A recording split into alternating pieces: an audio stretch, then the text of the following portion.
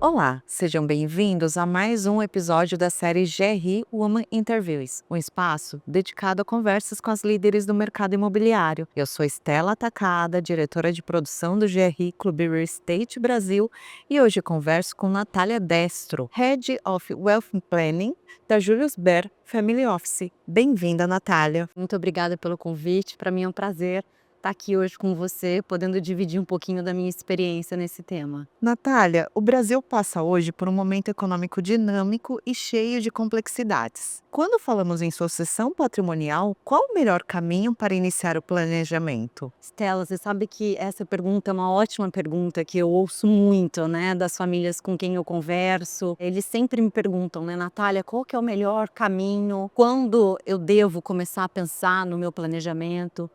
E aí eu brinco, né, com as famílias, eu falo que não existe melhor hora, né, a hora é agora, porque quando a gente fala de planejamento patrimonial, a gente nunca sabe, né, quando a gente vai precisar usar o planejamento, pode ser hoje, pode ser amanhã, pode ser daqui 10, 20 anos, então o melhor momento é a gente pensar isso o quanto antes e, na minha opinião, o caminho para a gente fazer um planejamento patrimonial eficiente deveria ser primeiro tentar mapear como é que a família está estruturada, né, então aquela família é casado, aquele casal, qual que é o regime de casamento, tem filhos, tem netos, todos moram aqui no Brasil ou não, moram no exterior já.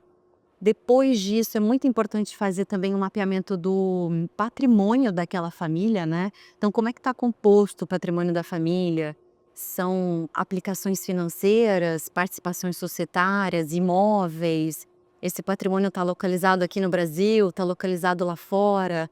Então eu acho que fazendo o mapeamento familiar, né, pensando nos objetivos daquela família, com a estrutura do patrimônio e buscando uma assessoria, né, de uma pessoa especializada nesse tema, eu acho que é o caminho para a gente conseguir fazer um planejamento eficiente e organizado. Em 2024, tivemos também intensas discussões sobre a reforma tributária, tributação de fundos exclusivos e atualização do Código Civil. Quais impactos essas mudanças podem ter no processo de sucessão? Estela, essa pergunta é uma ótima pergunta, porque são três grandes temas que você mencionou que eu acho que vão ter muito impacto, né? Já está tendo muito impacto para as famílias, então eu vou dividir em três grandes temas. Você comentou que foi o primeiro sobre a tributação dos fundos exclusivos, né? Então, no final de 2023 foi aprovada uma lei no Brasil que começou a vigência em 2024.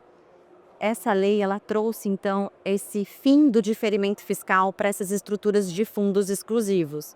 Esses fundos exclusivos, eles eram usados, né, ainda são usados pelas famílias para ter investimentos financeiros e também a gente conseguir organizar um planejamento sucessório nesse veículo bastante eficiente. E agora, com essa lei, o que aconteceu foi uma busca das famílias, né, por investimentos fora desse veículo, buscando uma eficiência, então muitas vezes em fundo imobiliário, real estate, e também imóveis fora, ou vindo fundos de debêntures de infra. Então o que a gente viu que houve uma migração desses recursos.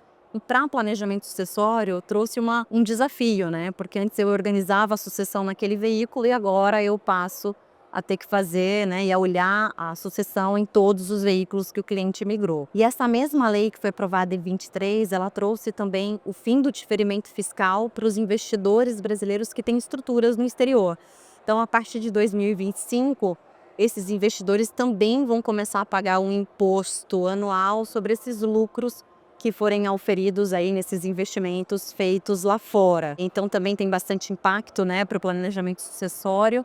O segundo tema que você mencionou foi sobre a reforma tributária. A reforma tributária, né, ela foi aprovada em 2024 e aí começou então as discussões sobre a regulamentação em cima da reforma, né? E aí na regulamentação da reforma tributária tem alguns pontos específicos sobre o ITCMD, que é o Imposto de Doação e Herança, que pode trazer muito impacto para as famílias, principalmente na sucessão, aumentando esse custo, né?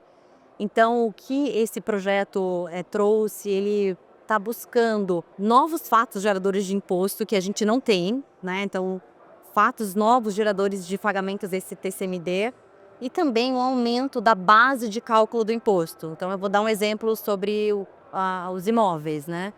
quando você faz doação de um imóvel pelo valor venal ou uma participação societária pelo patrimônio líquido, esse projeto está trazendo a possibilidade disso ter que ser tributado pelo valor de mercado. Então vai haver um aumento da base de cálculo e, por consequência, né, um impacto direto na sucessão, na herança e na sucessão, pelo aumento do imposto efetivo final. E acho que o último tema, que foi sobre a reforma do Código Civil, foi formada uma comissão de juristas e ministros, alguns ministros do SCJ, e que trouxe aí, foi apresentado, né, para o Senado, uma proposta de reforma do Código Civil. Sim, nessa proposta tem vários aspectos que podem mudar e impactar o nosso planejamento patrimonial. Então eu vou dar um exemplo só, tem vários, né, mas um exemplo é, por exemplo, o cônjuge ou o companheiro deixar de ser herdeiro necessário num caso de falecimento. Então,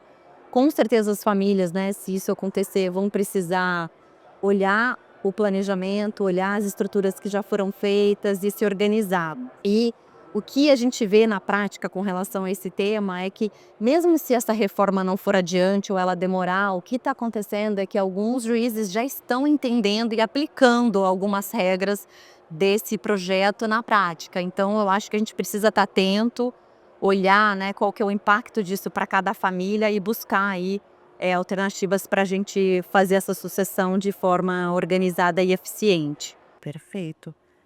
Bastante coisa, né? Vários aspectos em todos os setores que envolvem esse processo. Qual a sua percepção sobre as novas gerações que estão envolvidas neste processo? De que forma é possível assegurar que a passagem de bastão mantenha viva a essência e os valores que sustentam o legado de uma empresa? Bom, Estela, assim, na minha experiência, o que eu vejo é que quanto antes aquela família endereça esse tema com as futuras gerações, né, acho que mais sucesso ela tem de ter. Então acho que é muito importante ter uma conversa aberta com essa geração, né, com essa futura geração, para entender se essa geração ela quer assumir, né, a empresa, ou quais são as aptidões daqueles herdeiros, né? Muitos deles às vezes não vão ser CEOs, grandes líderes como os pais foram, mas algum pode ter gostar da área de tecnologia, então ele pode trabalhar na área de tecnologia da empresa, ou outro pode ter aptidão com pessoas, então ele poderia ser encaminhado para RH. Então eu acho que a família conversar, identificar, buscar ajuda, né, de empresas que hoje treinam, né, fazem essa análise junto com os pais, né, dos herdeiros, eu acho que é fundamental para essa geração entender quais são os objetivos, né, os valores daquela empresa e o legado que aquela família quer deixar. Perfeito. E como a Julius Baer está se preparando para apoiar os seus clientes neste cenário em 2025? Eu acho que a gente tem um cenário bastante desafiador, né, como eu comentei aqui sobre alguns temas. O Julius Baer tem um time bastante robusto de wealth planning, bastante dedicado, que está muito próximo às famílias e aos clientes para endereçar todas essas questões, né, de mudanças que já ocorreram e as que podem ocorrer. E além disso, Estela, assim, o que eu vejo é que hoje as famílias são muito globalizadas, né?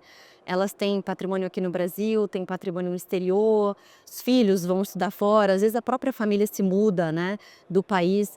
Então o Julius Baer, ele tem um time bastante qualificado e robusto no exterior também. Então a gente tem um time de wealth planning com mais de 70 advogados que atende Europa, Ásia, e que acaba ajudando muito aqui as famílias do Brasil a buscar esses planejamentos de forma eficiente e coordenada, né. Então, eu acredito que a gente está bastante preparado aí para enfrentar os desafios que estão por vir aí em 2025. Perfeito. Muito obrigada, Natália. Obrigada, foi um prazer. E para você que nos acompanha, não esqueça de curtir o vídeo, compartilhar com outros executivos e executivas da indústria e seguir o nosso canal. Muito obrigada!